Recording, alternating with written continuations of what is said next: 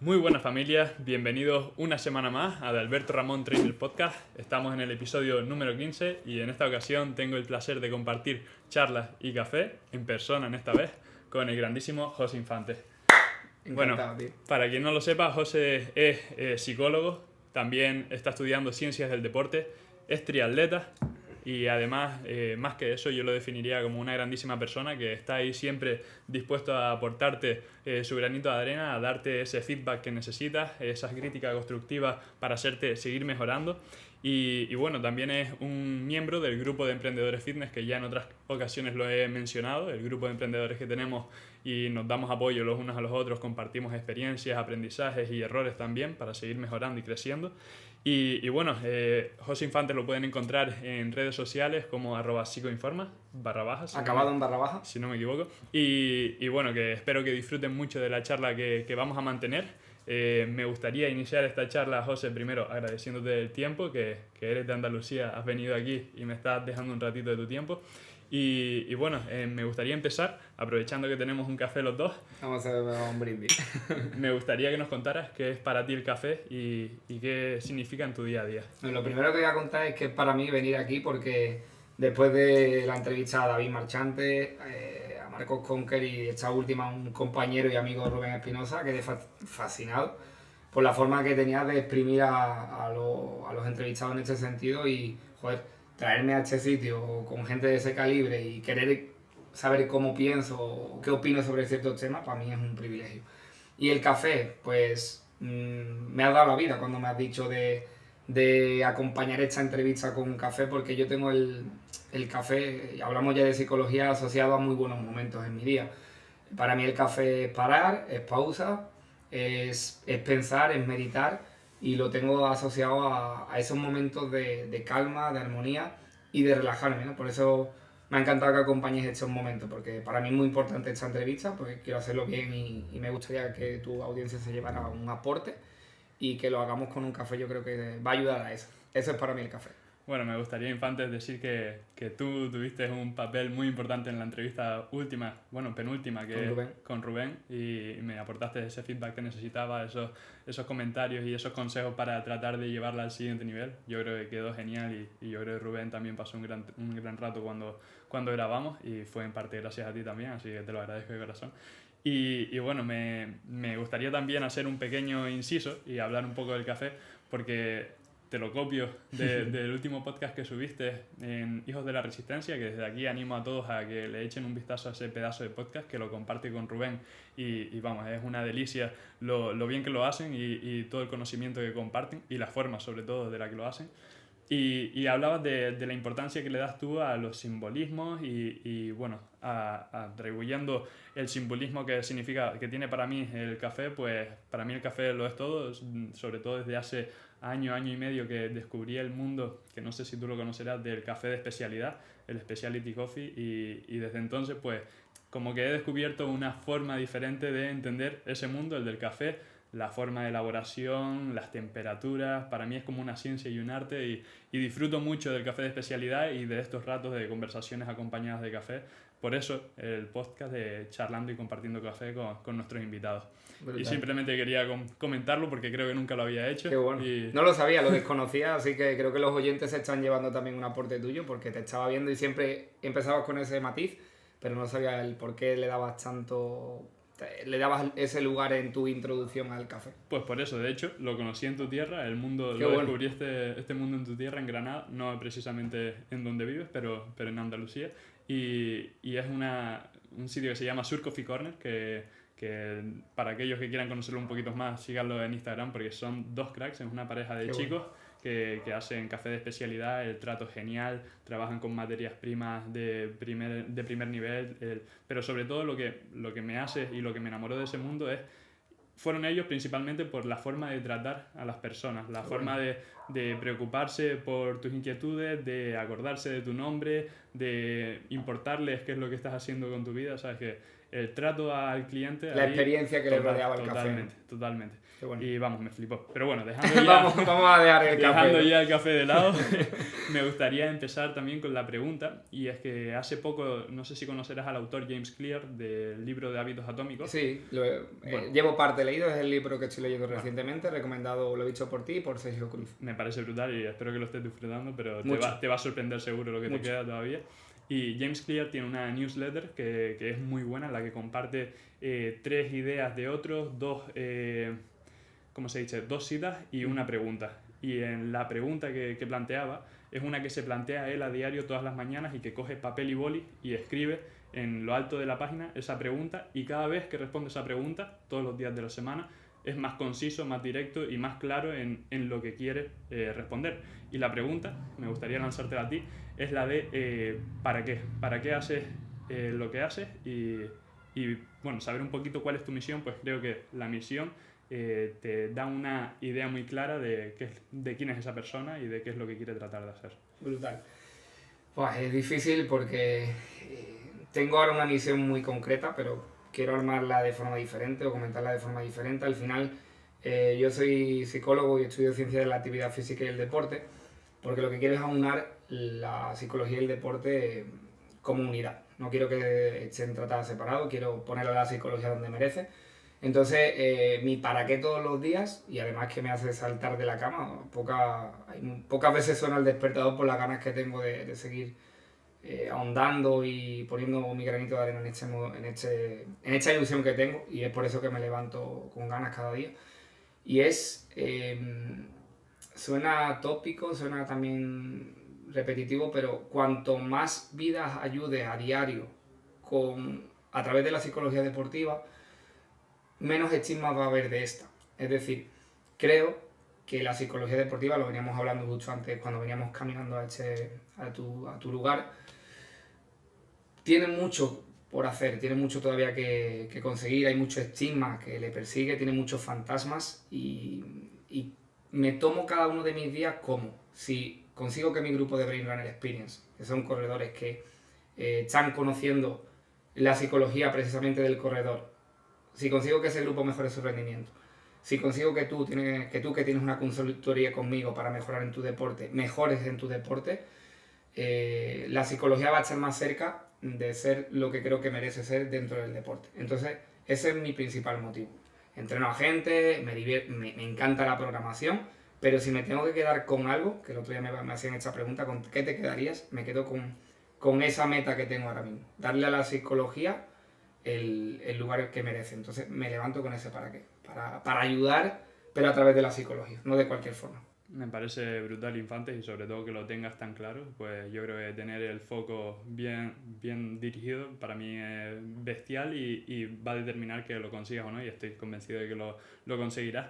Pero me gustaría entrar un poquito más en profundidad en esto de la psicología y la psicología deportiva, y como dices, está como muy estigmatizado, como que se ve algo raro, distante, el psicólogo es loquero, le da miedo a la gente acudir al psicólogo a pedir ayuda porque piensan que están teniendo un problema mental, y bueno, nada más lejos de la realidad. Para mí el psicólogo es esa persona que tiene ciertos conocimientos, ciertas herramientas que te puede ayudar o facilitar una determinada situación, que te puede ayudar a resolver un problema, a ver una realidad de una forma diferente a la que la estás viendo. Entonces me gustaría que comentases tú un poquito cómo consigues que la psicología deportiva cada vez sea menos estigma o algo raro y se normalice. Es difícil porque primero que partimos de ser una ciencia joven, ¿vale? La psicología deportiva es una ciencia joven que además, obviamente, es psicología, y la psicología, yo lo digo siempre a todo el mundo, al igual que la medicina tiene diferentes ramas, no todo es cardiología, no todo es oncología, tiene diferentes especialidades. La psicología deportiva es una especialidad aparte. A mí lo que me jode de todo esto, y lo veníamos hablando también cuando veníamos para acá, es que la gente se siga escondiendo por ir al psicólogo.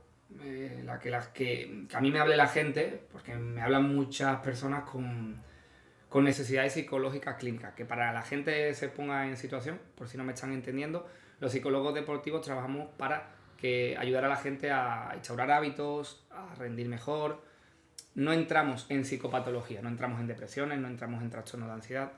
Entonces, la gente que me escribe, que no entiende también esa diferenciación buscando que le ayude con trastornos de ansiedad, una ruptura en una pareja, el otro día me escribía un chico por este motivo, yo los tengo que derivar. Les tengo que decir, yo no soy esa persona que anda buscando, busca un psicólogo clínico, una psicóloga clínica.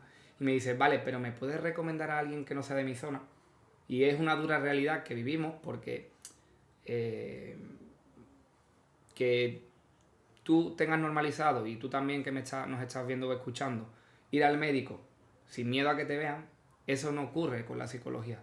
Me jode mucho que un problema emocional no esté normalizado. Se normaliza un resfriado, puedes decir que te duele la cabeza, pero no que no eres capaz de, por ejemplo, afrontar una ruptura, un duelo de algún familiar, un ser querido. Entonces, es un problema tan complejo que, como tú dices, quieres profundizar en algo que todavía ni nosotros mismos entendemos, ¿no? ¿Cómo lo estoy intentando normalizar en ese sentido? Mostrándolo desde la perspectiva más cercana al deportista, demostrando, yo te lo decía, digo, también tenemos que demostrar que esto es algo que te trae resultados. La gente, los psicólogos a veces se quedan mucho en la conceptualización, van poco a la práctica, y si tú vienes a mí y no encuentras resultados, pues obviamente no confíes en la psicología, ya no solo en el psicólogo, en mí, sino en la psicología. Entonces parte por una conciencia social, que creo que eso debe de venir desde los colegios, e incluso instaurarla como una parte de asignatura, educación emocional, o llamemos como queramos, pero esa parte social y luego esa parte que tienen los psicólogos, cada uno como responsables de la psicología, por ahí creo que llega el cambio. Entonces yo como psicólogo lo que intento es, dentro de lo que está en mi mano, normalizarla, también exponiendo en redes sociales, poniendo mi grano de arena en ese sentido. Totalmente, me parece genial, tío, y como te comentaba cuando veníamos caminando para acá, es que se tiene que tender cada vez a normalizar más y más, sobre todo en la época que estamos viviendo y que vamos a vivir, que la crisis de las emociones yo creo que, exacto, post-COVID, va a afectar mucho a nivel emocional a muchísimas personas, y el buscar esa ayuda en profesionales que controlen de ese campo, de la psicología, pues puede ser diferenciador en que vivas de una forma mejor y más feliz o no, y te afecten mucho más los efectos secundarios a nivel emocional de este COVID, ¿no? Entonces me gustaría cambiar un poquito ya de tema, y como decía en la introducción, COVID, ¿no? Como decía en la introducción, eres triatleta, practicas ese deporte para locos y valientes que no se conforman con una modalidad y juntan y aunan tres. Y me gustaría, yo por ejemplo fui jugador de baloncesto, y para mí el baloncesto y el deporte de equipo me transmitió muchísimos valores, muchísimas experiencias, hice grandes amistades, viví momentos únicos que siempre recordaré. Me imagino que a ti con el triatlón y con el atletismo, que también sé que practicabas anteriormente, te pasa más o menos igual. Me gustaría que nos comentaras pues cuál ha sido quizá la mayor vivencia que has tenido en el mundo del triatlón. Pues la mayor vivencia es una mala experiencia. O sea, de hecho yo estoy aquí ahora mismo intentando cambiar el concepto de la psicología, o más bien que cambiar, aportar mi granito, por una mala experiencia que tuve, por ver cómo las emociones me controlaban a mí, y el mejor momento de forma física podía arruinar, podía quedar arruinado por una falta de gestión de las emociones. Entonces, para que la gente se lleve también algo diferente a mi historia, yo a nivel de entrenamiento, cuando era cadete, tenía unos tiempos tremendos en entrenamiento, llegaba a la competición y la competición me comía a mí. O sea, yo ahí empiezo a entender desde muy joven cómo hay algo. De hecho, yo intentaba buscar la ayuda médica, ¿no? Porque yo me he retirado varias veces con esa edad por problemas gastrointestinales, o sea, por problemas estomacales. Tenía que pararme completamente porque me iba al lado, como ese flato que le dan a los deportistas cuando corres, ese dolor en el estómago, y estaba buscando causas médicas. Yo ahí obviamente no conocía nada de la psicología, por desgracia, ¿no? Porque si alguien me hubiera dicho, oye, esto puede ser tratado con un psicólogo deportivo que te ayude a gestionar la ansiedad precompetitiva, pues hubiera ahorrado. Me hice pruebas de contraste gástrico, y me hice, no recuerdo el nombre de la prueba, era algo magnético que me veía un líquido horrible, contraste, no sé, o sea, fueron una colondoscopia, o sea, fueron unos 6, 7, incluso creo que fue un largo periodo, un año casi, donde yo andaba buscando una explicación orgánica, médica o biológica, como queramos llamarla, para un problema que era psicológico. O sea, era mi ansiedad, mi estrés que me llevaba a esos problemas gastrointestinales. Es como cuando probablemente tú que nos estás escuchando viendo has tenido algún examen o tienes algo que te importa y te vas al baño, tienes esa incontinencia, se te cierra el estómago y no tienes ganas de comer, o te entra muchas ganas de comer mucho. Fijaos lo que es capaz de hacer la mente. Entonces yo del triatlón me llevo eso, me llevo que en los primeros años donde yo tomo contacto con esta disciplina, observo cómo mi mejor momento de forma, porque repito, tengo tiempo de juvenil y cadete que hoy mismo no soy capaz incluso de mejorar, estaba muy en forma porque tenía mucho más tiempo para entrenar, y vi cómo el aspecto mental podía tapar tu rendimiento físico si no eras capaz de gestionarlo. Así que yo del triatlón me llevo eso. ¿Y cómo te diste cuenta de que podía tener la parte psicológica un papel importante en esos problemas que estabas teniendo? ¿Cómo le pusiste solución a esos problemas? Pues mira, me lo decía gente que además no eran psicólogos, me lo dijo un buen compañero, José Manuel Orozco. Mis padres buscaban más la solución médica y él me decía, tío, es por el estrés. Él me decía, es por los nervios, ¿vale? Hablando sin concepto más técnico, es de lo nervioso que te pones, es que eres un rabo de lagartija, me decía. ¿Sí? Tú me veías, la gente me veía en la salida del agua tiritando, entre que paso bastante frío en el agua, pero era de la propia ansiedad. Aparte, en pruebas muy marcadas como campeonatos de Andalucía, pruebas como en mi localidad, esa presión en el pecho propia de la ansiedad. Entonces, lo que a mí me jode es que yo no pongo remedio a eso con un psicólogo deportivo. O sea, yo empiezo a estudiar psicología y me doy cuenta ahí de todo eso. O sea, esto no lo sabe nadie, pero yo no medio con un psicólogo porque no sabía que eso lo podía tratar así. Nadie me dijo, lleve a un psicólogo. Nadie, absolutamente nadie. Ni mis padres lo plantearon. Me decían, a lo mejor alguno me dice, eso es mental. Y me di cuenta estudiando la carrera. Y digo, hostias, esto es lo que se dice arousal, ¿no? Empecé a estudiar el tema de la arousal y digo, joder, esto es un nivel de activación no gestionado que genera estos problemas gástricos. Le di un concepto, le di un motivo y ya empecé a trabajarlo y a día de hoy, pues no padezco eso. Qué bueno, tío. Y bueno, me imagino que, bueno, y soy consciente de que, como te pasaba a ti, son muchos los deportistas que le pasa precisamente eso, que descienden su rendimiento de una forma bestial y no se explican por qué, y tienen, por ejemplo, pues problemas con la pareja, problemas familiares, estrés por la propia profesión, por el propio deporte, y pues eso, el desconocimiento les lleva a mantenerse con ese bajo rendimiento durante un largo periodo de su carrera deportiva, y hay suerte que cada vez son más los deportistas que tienden a esa ayuda del profesional de la psicología deportiva para mejorar esos, o incluso minimizar esos posibles bajadas del rendimiento, ¿no? Pero me gustaría contar ahora una pequeña historia que tú contaste en uno de los últimos episodios de Hijos de la Resistencia, y es la del grandísimo triatleta español Javier Gómez Noya. Y bueno, como tú contabas, Javier le detectaron cuando era joven, pues creo que en los inicios de su carrera, ¿no? Una valvulopatía aórtica, si no me equivoco, que lo tengo por aquí apuntado. Un problemilla en el corazón. Sí, un problemilla en el corazón. Para que la gente nos entienda. Y básicamente lo que le dijeron desde los médicos del Consejo Superior de Deportes era que no podía competir en ninguna competición oficial. Podía seguir entrenando si quería por su cuenta, pero que ellos no se hacían cargo de que compitiera, y de hecho le negaron, incluso yo creo que fue, él mismo lo relataba, al Consejo Superior al Centro de Alto Rendimiento de Barcelona una vez, y le habían rechazado el pase. De hecho se quedó ahí en las puertas sin poder ir a entrenar. Y vamos, que le pusieron las cosas bastante difíciles durante un periodo de su carrera deportiva. Y él, gracias a insistir, a conseguir otras valoraciones de otros médicos, también pues eminencias del mundo de la medicina, consiguió finalmente que el Consejo Superior de Deportes le levantase ese veto y le permitiese seguir compitiendo. Entonces, como Gómez Noya pasó un momento muy pero que muy crítico y muy bajo en su carrera, sobre todo a nivel emocional, pues no podía ser aquello que era lo que más le gustaba, y seguramente en un momento muy importante de su vida deportiva, que seguramente habría tenido un rendimiento espectacular, me gustaría saber, y no relacionado a la parte deportiva, que ya me lo has comentado, esas carreras en las que te surgían problemas estomacales, nervios y demás, me gustaría, llevado a tu vida personal, ¿cuál ha sido el momento más bajo o el que más influencia ha tenido en tu posterior crecimiento? Buah, esa es buena. Wow. Y te dejo que lo pienses, ¿no? Vamos a tomar un trago de café. Échale un trago.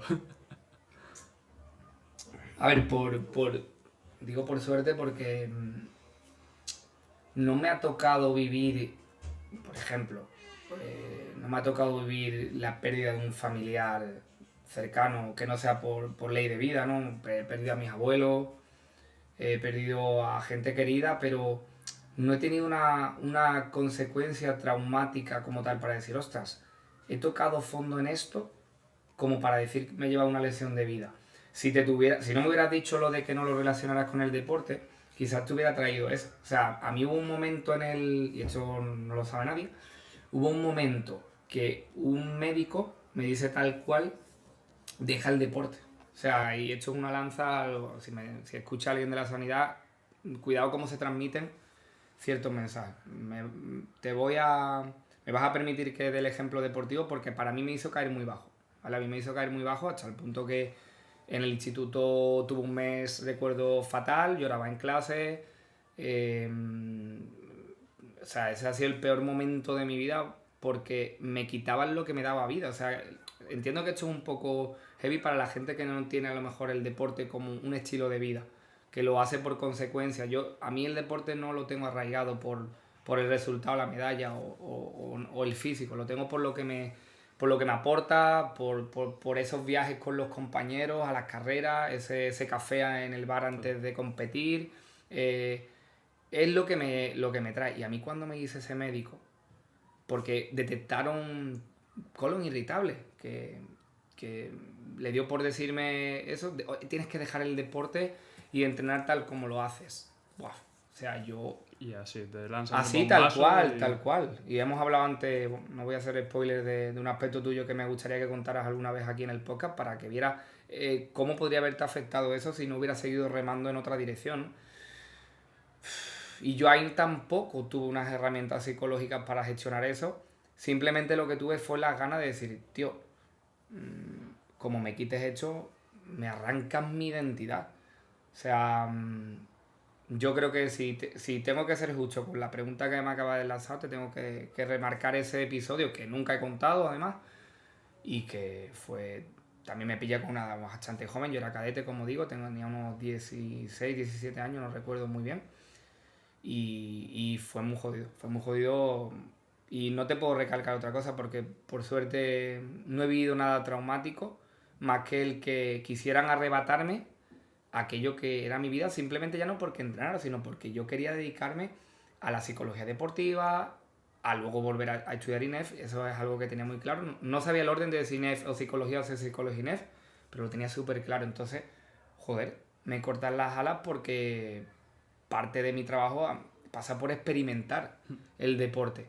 Cuando me dijeron eso, yo no pude reaccionar, lo pasé muy mal y me rehice porque no entendía cómo por un colon irritable o alguna anomalía en el intestino, que podría ser causa del estrés, y así lo hemos demostrado, podría dar un mensaje tan radical.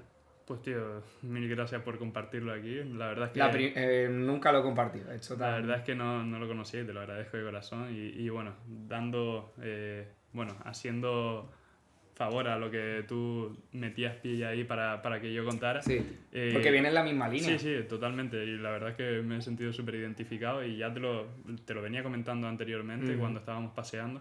Y es que bueno, a mí yo me venía dedicando de manera semiprofesional al baloncesto, jugaba, para que te hagas una idea, en Liga EVA, que viene a ser como tercera división de fútbol, y para mí era mi vida. ¿Qué equipo? Lo era todo. Pues jugué en Lanzarote hasta categoría junior de primer año, que es juvenil de primer año. Después me fui a Alicante, estuve en Terralfaz, el Club Baloncesto Terralfaz, durante mi año junior de segundo año y el primero de senior, jugando allí en Liga EVA, y después me vine aquí a Madrid, en Casby, y por último, que fue cuando ya dejé el baloncesto en mi último año, en el Olímpico 64.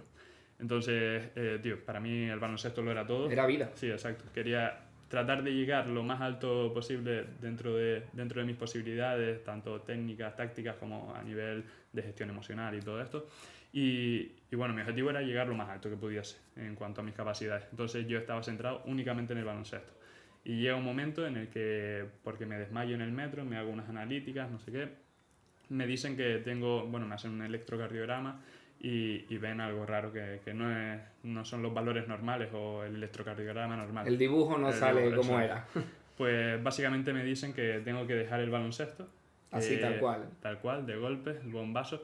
Y que me quieren poner un holter, que es un dispositivo que mide la actividad eléctrica del corazón a 2 años vista, y a partir de ahí pues ya valorar si podría salir a correr por la avenida o echar unas pachangas con los amigos, pero nada que ver con lo que venía siendo hasta tu ese vida, momento. ¿no?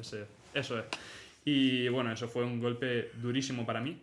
Y lo que me hizo fue plantearme qué era lo que quería hacer de verdad con mi vida, y fue ahí porque el motivo por el que decidí cambiar de ADE, que era la carrera que venía haciendo, que básicamente la hacía por seguir estudiando, porque para mí, como te digo, lo principal era el básquet, y no dejar los estudios de lado. Y fue lo que me permitió cambiar a Ciencias del Deporte, que era lo que yo consideraba que era mi verdadera pasión, lo que de verdad me iba a gustar, y tanta era la pasión que sentía que al final, bueno, lo del corazón se solucionó, acudí a otro profesional que me dio otra valoración, de hecho me operaron y todo perfecto a partir de entonces, y me permitió descubrir pues lo que es mi pasión, mi verdadera pasión, que son las ciencias del deporte.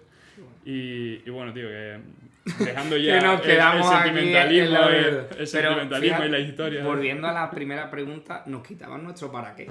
Totalmente. O sea, mi para qué era ese. O sea, que esto le sonará muy radical a la gente quizás, pero es que te estaban quitando tu para qué, que era el baloncesto, y a mí me estaban quitando mi para qué, que era el triatlón. Y eso es vida. Totalmente, tío. Y lo que tú dices, hay gente que quizás no nos entiende porque... Pero bueno, para que contextualizarle, es como si a ti te quitamos ese motivo por el que te levantas cada día, literal, sea cual sea. Exacto, tal cual. La cosa que más te guste, la que más te apasiona, la que más... La que te llena. Exacto. Pues me gustaría enlazar esto, tío, con una cosa que también comentabas, y es... no sé si era el episodio de las personas de éxito, puede ser medallistas de oro. Sí, lo que se esconde tras una medalla. Lo que se esconde o lo que no se ve tras una medalla. No me sé ni mis títulos, como me los cambia el puto Rubén. No, la verdad que el episodio ese se los recomiendo a todos porque es una pasada. Y ahí comentabas que detrás de los éxitos deportivos de muchos de los grandes del deporte que nosotros admiramos, hay un suceso traumático o un momento muy bajo en su vida, ya sea personal o profesional, que me gustaría enlazarlo pues con estos momentos que han sido así como más impactantes en nuestras vidas. ¿Consideras que hay una relación, ya sea directa o indirecta, en el éxito de estos deportistas y haberlo pasado jodido o mal durante alguna época de su vida? Es muy buena pregunta. De hecho, creo que la abordó en el podcast, si no recuerdo mal. Pero para aportar algo diferente, porque al final para lo que vengo aquí a tu espacio, para que no se lleven lo mismo que pueden escuchar en mi podcast, por ejemplo, de Hijos de la Resistencia, hubo un chico que me menciona tras la escucha de ese episodio y me pone algo, no sé la frase literal, lo que sí tengo claro es que la tengo apuntada porque me fascinó, y es que me puso, compartió la portada de ese podcast y dijo: hasta los árboles que tienen ramas en el cielo tienen raíces en el infierno. O sea, a mí me voló la cabeza porque hace como una especie de metáfora entre que la gente que vemos más, aquí tenemos, bueno, la gente que nos está viendo en YouTube, tenemos por aquí a Fels, que también le dedico... Jordan por ahí, a Bobby. Es tremendo, ahora ya. Vemos, o sea, de hecho en ese propio programa, parte del programa se lo lleva Fels, contando la vida que él tuvo y serios problemas junto con el trastorno de el TDAH, creo que también tuvo, y nos muestran esas ramas que apuntan al cielo, todo lo que tú ves a nivel de logros, de medallas, pero no te enseñan o no sabemos tanto de la vida que han tenido. Me pongo a indagar y veo que gran parte de los atletas más laureados de la historia tienen esa capacidad de resiliencia, ¿no? De hecho, es el tema especial del capítulo, y son resilientes por genética, lo traían desde nacimiento o se ha construido esto también. O sea, mi pregunta en este programa, y me la hice yo, porque creo que no para nada tenía la respuesta a esto, ¿Es consecuencia que ese carácter innato le hacía conseguir ese logro o precisamente todo lo que hacían forjaba esa resiliencia? ¿Qué fue antes, el huevo o la gallina? No sé, pero indagando en la historia de muchos deportistas muy laureados, todos tienen un episodio... bueno, todos, no puedo generalizar, pero sí que es cierto que gran parte de ellos habían les había sacudido la vida fuerte de alguna forma y creo que esto es algo más que suma a su rendimiento. No digo que sea causa, ni mucho menos, pero creo que es algo en ese manantial de éxito o de causas que conllevan esos éxitos laureados como una medalla, forma parte o es consecuencia, o más bien causa, parte de las causas que hacen que esta gente llegue a estos sitios. O sea, cómo forja la vida su personalidad y cómo esas herramientas que le hacen ser resiliente, eso luego lo transfieren, por ejemplo, Carolina Marín a la pista, Michael Phelps al agua, y creo que forma parte del éxito que esta gente consigue. Yo estoy convencido de que es así y puede que no sea tanto un suceso traumático o así doloroso que haya vivido en su vida, sino a lo mejor el contexto, que el contexto puede ser pues desde el año en el que naciste, la época en la que naciste. Por ejemplo, hay gente que nace en una época en la que posteriormente va a tener muchísimo éxito todo el mundo de las tecnologías, ¿no? Entonces, Bill Gates, por ejemplo, tiene un éxito grandísimo en el mundo tecnológico gracias a que nace en el momento propicio y además da con una escuela, una universidad en la que son avanzadísimos al tiempo y tienen de los primeros ordenadores que se utilizan y pasa horas y horas, la regla está las 10.000 horas que cumplen las personas de gran éxito, haciendo una práctica de forma repetida y te vuelves un especialista. Exacto, un especialista. Entonces, esto lo comenta Malcolm Gladwell, no sé si has leído el libro de Outliers, fuera de serie. No lo he leído. Te lo recomiendo en este caso. Y bueno, comenta esto, lo de las 10.000 horas de práctica deliberada de un ejercicio. Por ejemplo, el jugador de baloncesto pues práctica de 10.000 horas de ese deporte. Michael Jordan las acumuló seguramente sobradamente y por eso llegó a ser quien es. Y no todo el mundo está dispuesto a hacer este sacrificio de dedicar tantísimo tiempo a mejorar en algo. Pero bueno, cambiando de tema, y creo que eso, el contexto tiene gran importancia. Total.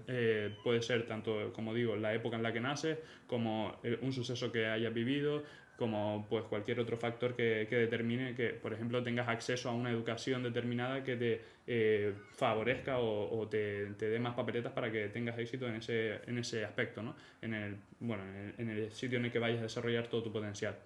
Me gustaría ahora ser un poquito egoísta y también tratar de sacar todo el jugo que tienes para aplicarlo en mi vida personal. Y es que me gustaría plantearte el siguiente escenario. Imagínate que estás tú, que eres psicólogo deportivo y entrenador, que estoy yo, que soy entrenador online. Bueno, vamos a remarcar esto de online. Y tenemos a un cliente en común que se llama Juan. Entonces, yo quiero que tú me asesores a mí de cómo tratar a Juan. Entonces, vamos a plantearme que dos escenarios diferentes en el que yo soy entrenador físico y después me planteas exactamente lo mismo para el entrenador online, ¿vale? Imaginemos que Juan es una persona de 40 años que tiene trabajo, que tiene familia, que tiene hijos, obligaciones y deberes que hacer a diario. Y bueno, este Juan, nosotros como entrenadores normalmente pensamos en la planificación perfecta, la frecuencia, las cargas, el volumen y la densidad perfecta para que este cliente trate de sacar su máximo rendimiento. Y muchas veces pensamos esto y pensamos que son deportistas de alto rendimiento que tienen todo el tiempo del mundo para dedicarse a su modalidad deportiva o a su preparación para esa práctica, ¿no? Y obviamos que tienen una vida más allá del tiempo que pasan con nosotros. Entonces, imagínate que Juan, de 40 años, con trabajo, familia, ha dormido la noche anterior 4 horas, que viene y ha tenido un día larguísimo de reuniones en su trabajo, que encima ha discutido con su pareja por quién iba a buscar a los niños a fútbol. Entonces nos llega a nosotros como entrenadores personales. ¿Y qué haces el día que ves que Juan, nada más entrar por la puerta, está derrotado, agotado, que no puede casi ni con su alma? ¿Cómo lo abordarías tú? Mira, si quieres me voy a ir atrás, ¿vale? Me voy a ir al momento donde tú, como entrenador, ya sea, esto que le valga para los dos, online o presencial, planificas su trabajo. Nos ponemos muchas veces, y yo me incluyo, en un formato de laboratorio, ¿vale? De cargas, intensidad, este ejercicio no, este ejercicio sí, porque claro, viene aquí Dejamos de lado que Juan puede tener una jornada laboral jodida y que cuando llega a casa incluso su hija puede tener fiebre y que ese día no puede ir al gimnasio o que a lo mejor tenga tanta carga laboral que, por ejemplo, pues no le apetezca meterse 1 hora y 30 del ejercicio que le has prescrito. Creo que en la mayoría de las ocasiones nos metemos en un entorno tan de laboratorio que no estoy, siempre lo digo, no es darle una pata al manual. Sí, por supuesto que no, la ciencia tiene que ser base, tiene que ser el respaldo de lo que hacemos, porque es ciencia, si no, no podríamos llamarlo como tal. Pero ciencia es también, y aquí viene la parte psicológica, es tener en cuenta el contexto personal de la persona, valga la redundancia. Por desgracia en la ciencia del deporte, la asignatura de psicología es solo una, y luego lo que hay son muchas aportaciones biomecánicas, científicas, anatómicas, fisiológicas, que te enseñan a eso, a conocer el interior de la persona, pero no en el contexto en el que se rodea.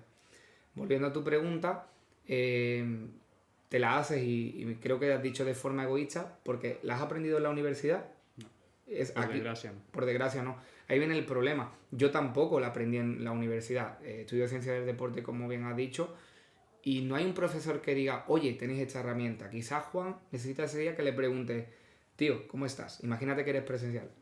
¿Qué te ocurre? No descansaste. Exactamente. Incluso a lo mejor esa conversación la tienen, me ha pasado, con clientes que entreno personalmente, y está calentando y digo, tío, te veo ya para infante, y empieza, he tenido este problema en el trabajo, no veo a mi hijo, tío, llevo una semana de mucho curro y es que no veo a mi hijo para nada porque llego y está dormido, no estoy pasando por un momento y mientras tanto está pedaleando. Y yo tengo aquí prescrito el entrenamiento. Y digo, joder, tenemos que entrenar esto hoy, pero ¿qué le está sirviendo más a esta persona hoy? ¿El hablar de algo que le incomoda mientras da pedales o que tire fuerza? Me olvido, arranco la hoja o el Excel o apago la aplicación que tenga por medio y le dejo que de pedales y hable. Se está moviendo, las endorfinas se están encargando también de que cambie un poquito el chip. Y si me quedan 10-15 minutos después de una charla donde escucha la persona hace catarsis y le apetece entrenar, le ofrezco a lo mejor hacer un par de ejercicios de fuerza y le sirve incluso de transición. Me dice, tío, muchas gracias. Total. Eso también es entrenar. Tener en cuenta que no tratamos con ratones, robots, ni un grupo poblacional que estudian con unas características concretas y que tú infieres información científica de ello. Para mí eso es el entrenamiento. Entonces con Juan le preguntaría el por qué. Para que resolver tu pregunta tendría en cuenta que Juan es humano y le preguntaría por qué. Hay veces que el entrenamiento es una charla sobre la bici. Vale, me parece bestial la respuesta, pero me gustaría ahora plantearte el escenario del entrenador online. ¿Cómo lo haces? Si no lo tienes, ahí me has apretado. Ahí me has apretado y me encanta porque, oye, esto es una realidad. Ahora mismo hay gente, el 80% de las personas pueden estar online. Me he inventado la cifra, pero hay mucha gente entrenando desde casa. Totalmente, es que yo, por ejemplo, lo tengo muy fácil con la clienta que me viene al gimnasio porque la veo directamente y sé... A poco que tengas un poquito de inteligencia emocional, sabes interpretarla, leerla, y a poco que le preguntes, ya ella misma te va a decir todo lo que le sucede, pero con el cliente online es mucho más complicado porque el contacto es totalmente diferente. Muy complejo y por eso también tenemos que entender que el presencial tiene unas potencialidades, el online también, por supuesto, pero que esta es una de las limitaciones que tiene la pantalla, ¿no? No tendríamos esta atmósfera si estuviéramos en Zoom, ni mucho menos lo garantizo, porque aquí se genera una atmósfera, cosa que pasa con el entrenamiento presencial. En el entrenamiento online, para que los entrenadores que nos estén escuchando se lleven una aportación, yo lo que hago aquí mucho es, ese día, para mí el grupo es fundamental. O sea, hay un grupo donde aunque esto le duela mucho al psicólogo, porque no se le puede llamar todo terapia, pero es autoterapia. O sea, es personas además con un mismo perfil, donde a lo mejor Juan tienes un día horrible, tiene que empezar a entrenar, no puede y comenta en el grupo, oye, me siento así. Ahí tiene esa conversación que quizás tendría conmigo personalmente. Siempre utilizo los grupos de entrenamiento que además van afín a un mismo objetivo y son de un mismo perfil para que eso cuide y tenga esa parte de respaldo, porque probablemente ahí esté Pepe, que el otro día le ocurrió lo mismo y empatice con él. Y le diga, oye, pues yo el otro día me pasó lo mismo, tío, llevo una semana fatal Y mira, lo que hice fue ponerme un podcast y mandar. Y me lo dijo Infante, así que no te preocupes, tío. Entonces el grupo te da ese calor humano, porque siendo entrenador online quizás tú no estés disponible y tienes que tirar de armas sociales, como para mí es el grupo, que es algo fundamental, para mí es una de las mejores armas, para solventar ocasiones como esta, porque no vas a estar en ese momento en el que empieza a entrenar tu cliente disponible para decirle eso. Creo que puede ser un aporte. Qué bueno, tío. Bueno, me parece aporte brutal. Espero que todos los entrenadores, sobre todo con servicio online, hayan tomado nota. Y si no, que le den atrás en el episodio, ya sea audio o vídeo. Y bueno, me gustaría ya por último plantearte el tercer escenario, y es que, ¿qué le dices tú a Juan para ese día que no tiene nada de ganas o que se le ha complicado, ha tenido un mal día en el trabajo, problemas con la mujer, con los hijos? Quizás suene redundante, ¿no? Pero diría dos cosas. Una parte. El entrenamiento, se lo digo a mi gente, ya es un estresor fisiológico y físico. No se puede convertir en un estresor psicológico. En cuanto el entrenar se convierte en un estrés diario, algo está ocurriendo. Y tengas que reformularlo o con tu entrenador, o frecuencia de entrenamiento, meter otro volumen. Ya hay algo que ahí te está encendiendo la alarma. En cuanto la persona ya está teniendo problemas para cuadrar un entrenamiento, ahí hay que reevaluar. O reducir carga laboral o otros factores que estén afectando, o reducir carga de entrenamiento. Hay que reducir por alguna forma. Y en ese sentido, siempre le digo, actúa sin ganas. Porque no deja de ser, la mayoría de las personas que actúa sin ganas en este momento, luego se da una ducha y totalmente diferente. O sea, sé que es muy jodido, sé que suena de lo típico, hazlo con y sin ganas, pero es que es así. Primero, porque va a tener un impacto a nivel fisiológico. Hablamos de hormonas como la endorfina, que puede cambiar en ese sentido incluso tu ánimo. Segundo, eres capaz de, imagínate que sales a correr, nos encontramos y empezamos a tener una charla y por un momento olvido el problema. Si te quedas en tu casa vas a estar dándole vueltas al problema y rumiando en algo. O sea, ¿quieres echar igual de mal que te encontrabas antes de entrenar? No entrenes. ¿Quieres intentar aumentar las probabilidades de sentirte de otra forma? Entrena. Qué pasada, tío. Porque si nos encontramos tú y yo, charlaremos de algún tema de interés, probablemente mi día cambie. Y si no ha cambiado, pues estoy en el mismo punto. Pero después de una ducha y probablemente de movimiento, las cosas cambian un poco. Totalmente de acuerdo con esos Infantes. Y añadiría también, bueno, recalcaría, porque lo has dicho, pero de una forma así como camuflada, lo de, para el cliente, ser realista. Ser realista con su situación personal, con las horas que dedica al trabajo, a la familia, con sus prioridades. Y al final no podemos, como veníamos hablando antes en el podcast que grabamos con Fitness a 2, no podemos tratar de pasar de 0 a 1000. Entonces no podemos ser sedentarios y al día siguiente deportistas de alto rendimiento.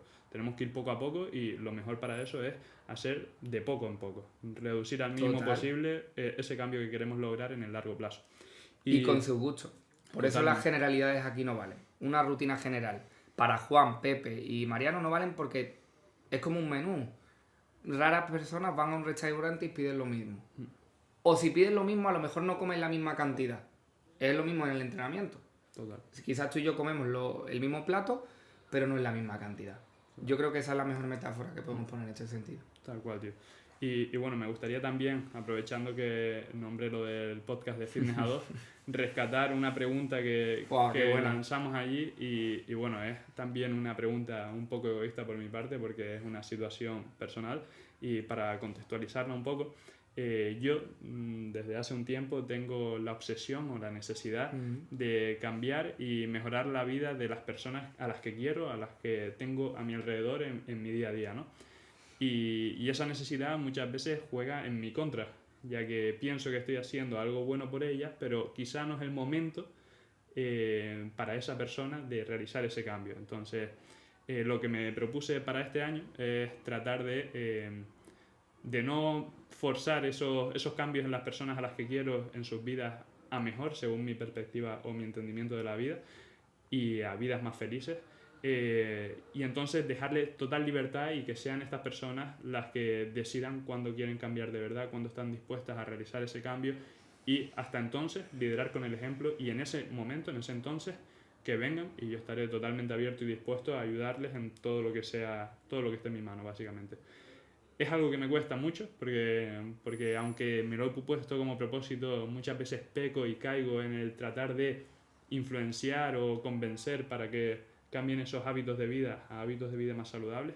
Y bueno, por ponerte una situación, imagínate una persona a la que quieres mucho que no entrena, que fuma, que bebe y bueno, que tiene hábitos de vida en general poco saludables y bueno, que tú sabes las cosas que jugarían a su favor si cambiase ciertas cosas, como el entrenar más, el descansar mejor, el alimentarse de una forma más adecuada, yo qué sé, todo esto que sabemos que juega a favor de la salud y me gustaría preguntarte, como digo de forma egoísta, ¿qué harías tú en mi situación, sabiendo que sin querer te sale ese tratar de convencer y teniendo en cuenta que tienes ese propósito de liderar con el ejemplo y tratar de olvidarte de esta necesidad de cambiar a la gente?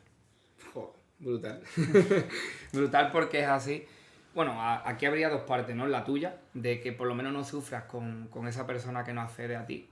Yo creo que esa, si quieres, la tratamos fuera de cámara porque es algo más tuyo. Creo que no por ser tabú, sino porque creo que la que más le puede ayudar a los entrenadores o personas que a lo mejor se sientan identificadas con lo que tú acabas de contar, porque a lo mejor ese avatar, esa persona que has descrito, es alguien que nos está escuchando, que está buscando por qué ocurre eso, ¿no? ¿Por qué no tiene ganas de entrenar? ¿Por qué no quiere?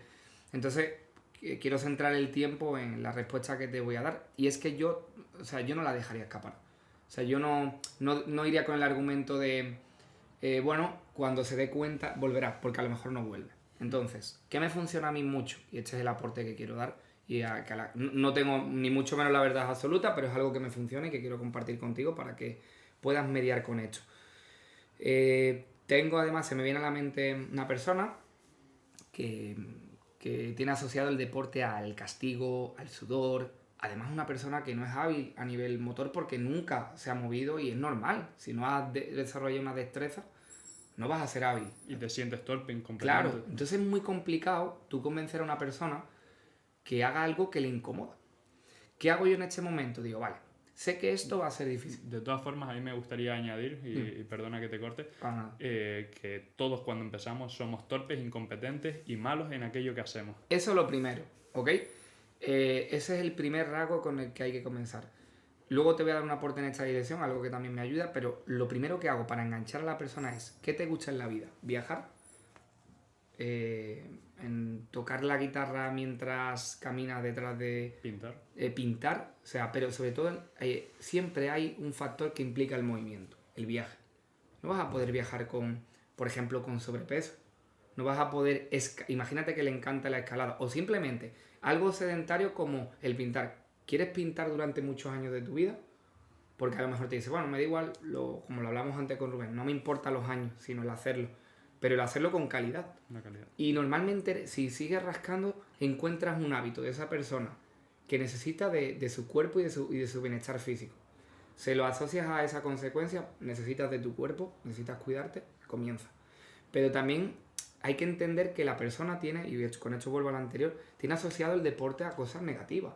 Porque entra en la sala tú como entrenador, vas el primer día y te lo llevas a la sala de musculación masificada por gente enorme, por gente hiper grande que mueve kilos y metes ahí una persona que no sabe siquiera cómo funciona una máquina. Ahí la culpa no ha sido de ella, ahí la culpa ha sido tuya. Totalmente. Del entrenador que se la lleva a ese contexto. Llévatelo a un lugar más distendido, intenta empoderarla con alguna cosa que domine, engatúzala con un tema de interés a la persona, créale un contexto y empieza por esas cosas que la persona quizás puede reforzarle inmediatamente. O sea, en el momento en el que tú dejas de entender que la persona tiene asociada al deporte consecuencias negativas y además tú te la llevas a un contexto donde todo el mundo parece súper hábil, levantan 300 kilos en peso muerto, pegan chillidos, se pegan golpes, la persona quiere huir de ahí. Totalmente. Tienes que tener en cuenta, creo que dos cosas. Una, dónde y de qué forma empiezas con ella, y uno, para que no se te vaya, intentar buscar de qué manera encuentras ese punto de dolor a la persona para que entienda que el deporte tiene que pasar parte de su vida. Y sobre todo, tus esfuerzos en demostrárselo de manera inmediata. Que es posible, no con ningún método milagro, pero sí que sea contingente. Porque el ser humano no entiende de si quieres seguir viajando cuando tengas 60 años, has hecho. No. Demuéstrale ahora que no va a ser capaz de hacer eso cuando tengas años. Como si la tienes que poner con un chaleco lastrado a intentar subir una escalera para que sientas eso. Como lo que hablamos de la muerte. Hasta que no la tienes delante, no tomas acción con los hábitos. Totalmente, joder, tío, me estás haciendo volar la cabeza, tío. La verdad es que espero que lo estén disfrutando. Yo, la verdad es que muchísimo. Y bueno, como apuntes para los entrenadores que nos estén escuchando, yo recalcaría de lo que acabas de decir, el encontrar ese hábito que tiene asociación al movimiento para hacerle ver que es necesario en su vida.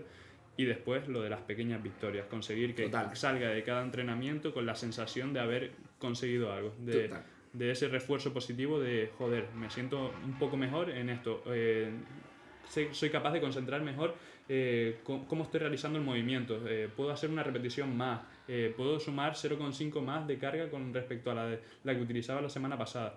Y esas pequeñas victorias yo creo que son las que terminan enganchando y generan ese hábito del movimiento y del entrenamiento en las personas que quizá a priori no tienen esa destreza que otros que sí lo practicamos pues tenemos. Y bueno, me gustaría pasar ahora de la salud al rendimiento, y aquí te lo enlazo con una persona a la que sé que admiras mucho y es Carolina Marín.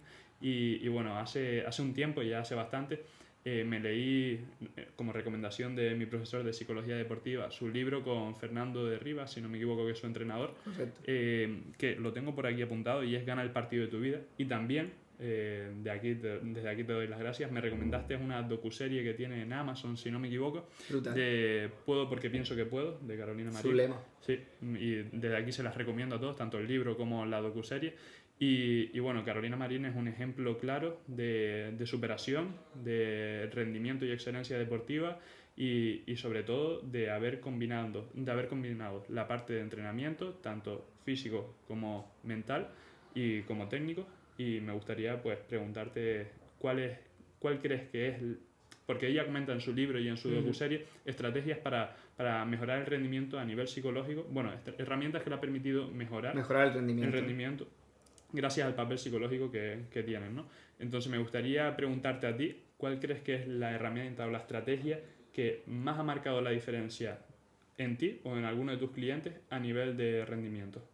Pues esa es buenísima. Y bueno, aprovechando a Carolina, la voy a intentar de utilizar de inspiración, porque a mí Carolina Marín me parece la psicología personificada. O sea, por personas como ella, que tienen visibilidad y que enseñan que su rendimiento tiene que ver con lo que se dice y con lo que piensa, esto puede ir hacia otro rumbo. De ella saco muchas herramientas. De hecho, su propio eslogan, puedo porque pienso que puedo, esa perfecta redundancia, es un ejemplo de autodiálogo, ¿vale? De ese, además ella lo tiene hasta, lo tiene en la red donde entrena cada día. Él lo que se repite es lo que ve y lo impregna en su vida, ¿no? Y quiero sacar como herramienta más eficaz, y de hecho la gente que me sigue por redes o que vaya a mis cuentas, hablo mucho de autodiálogo. O sea, a mí lo que me encanta de Carolina, incluso... Y ahí me gustaría, no sé qué te parecerá, pero capté de un libro que leí hace mucho, que creo que es el Club de las 5 de la mañana de Robin Sharma.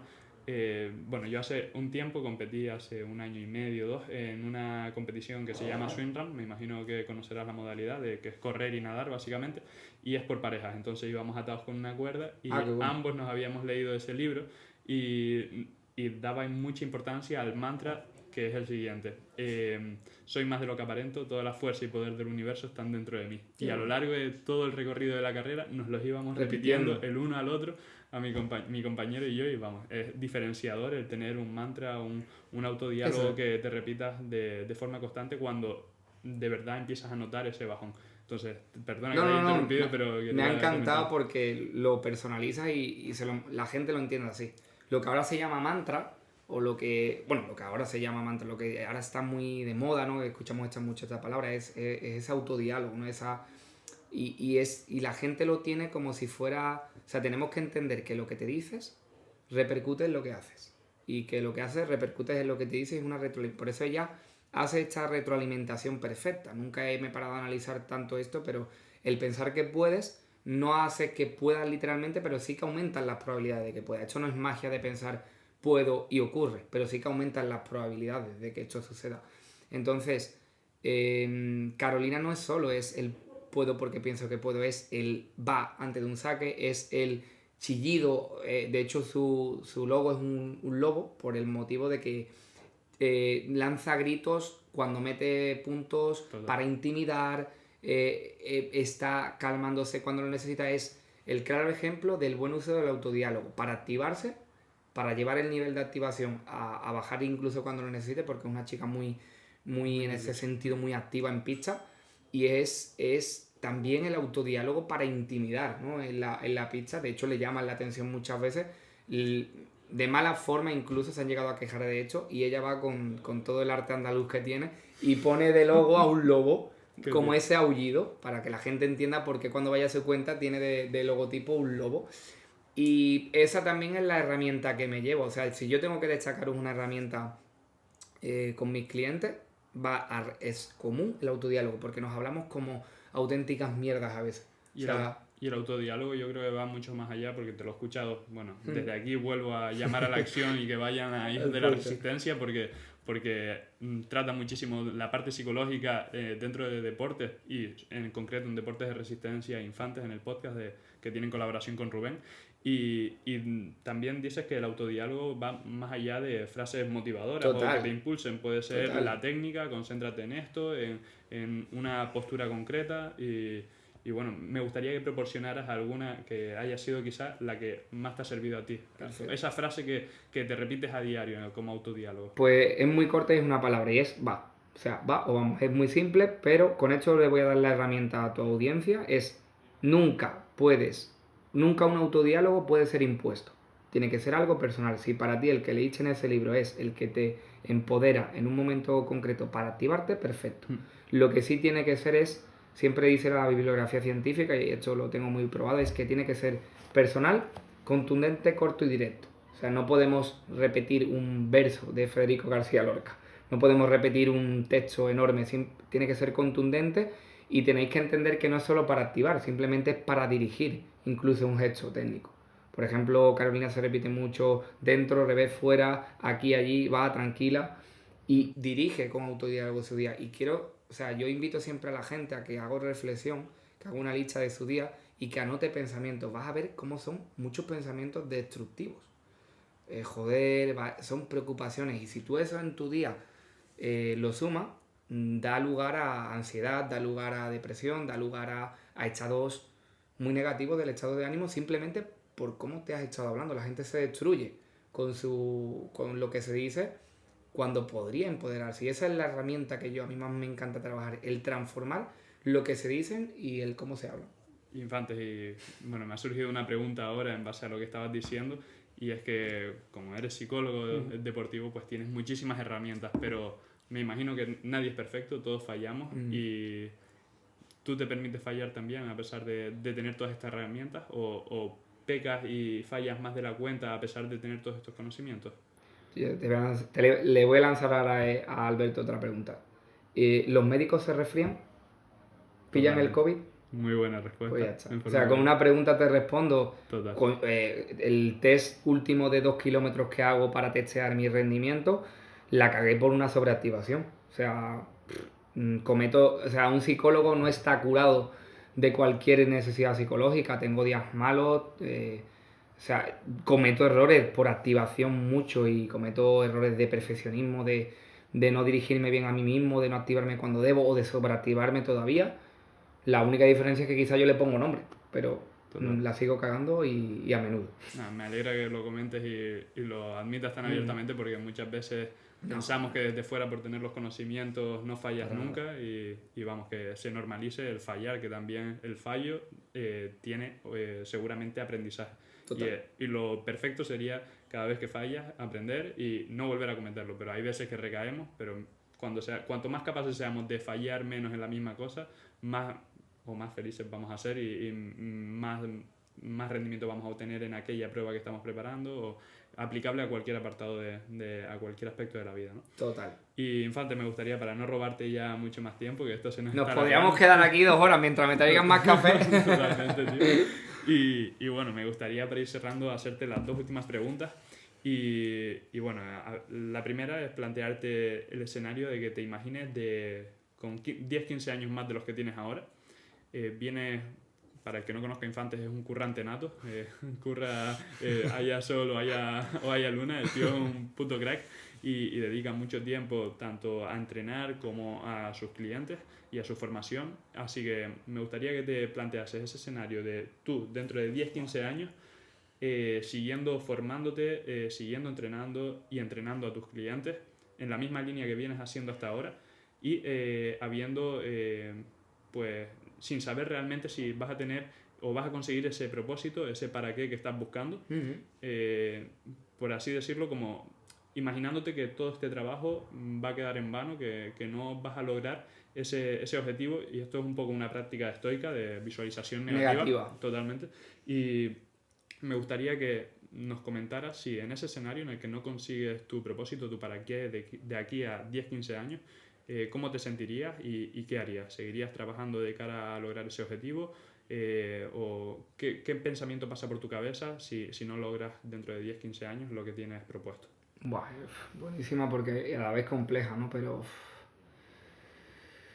Buah, por lo menos estar haciendo lo que hago actualmente y al final tú también sabes como yo que cuando vas por un lado, cuando tú quieres transformar, por ejemplo, el físico de una persona y no lo consigues o la pierdes o cualquier motivo, lo primero que haces replantearte o deberías replantearte es ¿por qué? ¿Por qué no estoy en el punto donde quería llegar? Porque han pasado 15 años, no estamos hablando de 2, 3, 4, 5. Eso es un proyecto a largo plazo. Ahí, a mí, dentro de 15 años, me gustaría ver un cambio contundente en la conceptualización o en la aceptación a la psicología. Me preguntaría el por qué. ¿Por qué estoy donde mismo que empecé hace 15 años y qué ha fallado? O sea, ese sería Infantes en ese momento. Pero hay algo que me da fuerza y es que si sigo siendo el mismo y haciendo lo mismo que hasta ahora, probablemente vaya en la dirección correcta. Pero tengo que hacerme la pregunta perfecta, que es ¿por qué no estoy en el punto que quería? Si no me hago esa pregunta ahí, habré cometido un grave error y ojalá me la haga 10 años antes o 5 años antes, porque es muy importante cambiar el rumbo si hace falta. Lo mismo, no estoy utilizando el lenguaje correcto, no me estoy formando de la mejor manera, estoy enfocando energía en algo que no está pivotando. También te digo que me sentiría mal, pero también entendería que hay parte de este cambio que no es solo mío. No, obviamente, esto es aunarnos, pero tendría, el Infantes ahí estaría aquí, o sea, Infantes en ese momento estaría muy confiado en gente como tú, que viene desde atrás formándose en ciencia de la actividad física y el deporte y que quizás en ese momento vaya a empezar el cambio. Porque yo creo que tú estás interesándote ahora por la psicología, al igual que se interesa Quique, Rubén Espinosa, que está empezando todo el mundo a interesarse por la mentalidad. Creo que sería como que has encendido esa llama y está poco a poco cogiendo calor y que no es un cambio fácil, pero que creo que totalmente, tío, como una semilla que poco a poco va floreciendo. Exacto. Y esperemos que termine de florecer y como tú hacías la analogía antes de las raíces, pues que crezca muy muy alto también esas ramas. Total. Entonces, tío, para terminar, en relación también a esta última pregunta, me gustaría hacerte la última ya de todas, que no quiero robarte más tiempo, y es, dentro de 10-15 años, imaginemos ahora que no sabes si lo has conseguido o si no lo has conseguido. Ahora dejemos al lado la visualización negativa, vale. Es indiferente, no sabemos si lo hemos conseguido o no. Me gustaría que te pusieras ahí con 10-15 años más y echases la vista atrás, otros 10-15 años, donde estás tú ahora. ¿Cuál sería el consejo que con 10 o 15 años más te darías a tu yo de ahora? Bueno. Para un poco. O sea, para un poco y entiende que la vida es lo que está ocurriendo ahora mismo.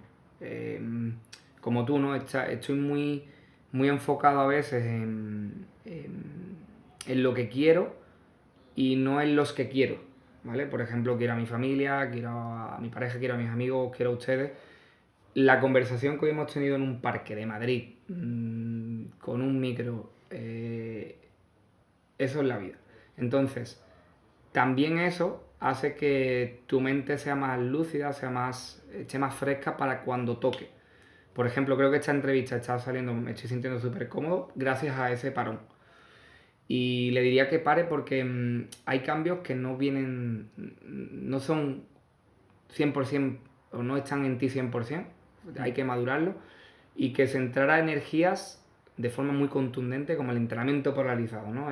Descansa para cuando tengas que rendir fuerte, para que la gente nos entienda, y me diría para, porque la vida es las conversaciones que hemos tenido hoy en el parque, dejar un poco en querer remar y parar un poco para descansar y luego remar más fuerte, y entender que la vida también es parar y tomarnos un café. Añadiría, tío, la verdad es que brutal la respuesta. Añadiría que, como me dijiste, habías visto esto de Netflix de Dani Rovira, ¿no? Total. No, espero que nos esté escuchando. Es que no lo he dicho por eso, porque tenemos aquí, para los que nos estáis viendo o escuchando, tenemos un compañero ahí encerrado y va a ver lo de Dani Rovira en presencial, lo de Odio. Eso. Entonces, si no lo has visto, te lo recomiendo, lo tienes en Netflix. Si puedes ser presencial, pues mejor que mejor. Pero él es una reflexión muy al buena. final hacía una reflexión brutal, y es la de que iba paseando con su perro por el parque. Se viene spoiler, si quieres pausalo, dale unos segunditos para adelante y ahora venimos. Y iba paseando un día que tenía pues súper agendado, lleno el día de trabajo, de reuniones, de 1000 historias. Y Carapapa, que es su perro. Y Carapapa. Sí, se llama así, se llama así. Sí, buenísimo. y de repente tirando el perro, y el perro se para. Y tirando y no avanzaba. El puto Carapapa. Además no le gusta pasear, pero en ese día se vio que le cogió inspirado. Y de repente se fijan que Carapapa se ha parado y está observando, en plan, totalmente admirado por una flor, una margarita. Una margarita, y entonces... Oliéndola además. Y dice, joder, es que la vida es esto. Cogió el móvil, canceló todas las 7 de la tarde y se quedó con Carapapa oliendo la flor. Eso es la vida. Total, tío. Y yo quiero... me lo estoy intentando aplicar para que veáis que los psicólogos también cometemos errores. Entonces, si tengo a alguien que me da la oportunidad de decir, oye, Infantes, párate, y soy yo mismo, me lo volvería a repetir. Vale, en relación a eso, ¿lo estás aplicando ya? Sí, totalmente. Si no, no estaría aquí. O sea, si no, hoy viernes estaría en mi localidad, quizás agendando algún entrenamiento más y, bueno, trabajando en la dirección que quiero, que me apasiona, pero habría perdido el día de hoy, que ha sido espectacular. Te he conocido a ti, nos hemos desvirtualizado, hemos tenido una charla tremenda, hemos almorzado. Eso es la vida también. Bueno, pues señores, aquí termina el episodio de hoy. De corazón te agradezco esta charla, Infantes, la he disfrutado muchísimo. Creo que tú también te has sentido muy cómodo. Y bueno, ojalá se vuelva a repetir en el futuro. Ahora y más. Cada vez estemos más cerca de conseguir tanto tú tus objetivos como yo los míos. Y tío, de corazón te lo agradezco, hemos pasado un día espectacular. Espero que ustedes hayan disfrutado de la charla que hemos mantenido. Y bueno, simplemente para terminar, ¿dónde te puede encontrar la gente? Pues que se vayan a mi Instagram, psicoinforma acabado en ⁇ y bueno, en Hijos de la Resistencia tengo una magnífica colaboración, formo parte de ese bonito podcast que entrene resistencia, o sea, entrene carrera, natación o ciclismo o no, te va a interesar porque meto reflexiones de recuperación de lesiones, de la vida en general y puede ser transferido, como hemos comentado, a tu día a día, así que esos son los 2 lugares donde más aporto y a raíz de ahí te iré llevando por diferentes lugares. Añadiría, porque tenemos aquí a otro con el que colaboras y dale, compartes proyectos, El Primer Paso, también para todos aquellos que quieran echarle un vistazo y que se quieran iniciar poco a poco en cambiar esos hábitos de salud. Y bueno, tío, que de corazón te lo agradezco, que ojalá volvamos a repetir pronto. Total. Y que mil gracias, tío. Nos debemos un segundo café, que bueno, tú has tenido más complicaciones para beberlo, eso muestra la atención que has tenido y de verdad, agradeceros vuestro tiempo, que eso es algo que, como habéis visto, valoro mucho, que te hayas quedado hasta esta hora y casi 8 minutos que llevamos a escuchar a estos 2 enamorados de lo que hacen. Es de agradecer, así que las gracias a ti por traerme a este lugar, la he disfrutado muchísimo y ojalá una segunda parte. Totalmente. Y una tercera y una cuarta. Ojalá. Me gustaría añadir solo, y aunque suene a comida de huevos, tío, la verdad es que ha sido para mí, sin duda, de las mejores entrevistas y te lo agradezco de corazón. Muchas gracias, tío, y sobre todo que aportan mucho, se lo he dicho, y que la gente lo puede estar viendo. A mí ha sido muy enriquecedora porque no solo te aporto, sino que me has aportado a mí. Me llevo varios libros que tengo que leer, que ahora cuando cerremos cámara me lo apuntas porque aportan mucho, incluso cuando traes a gente que entrevistas. Así que gracias por la parte que me toca, porque también soy oyente de tu podcast y también sigo tu canal. Muchas gracias, tío. Nos vemos pronto, ¿vale? Muy bien.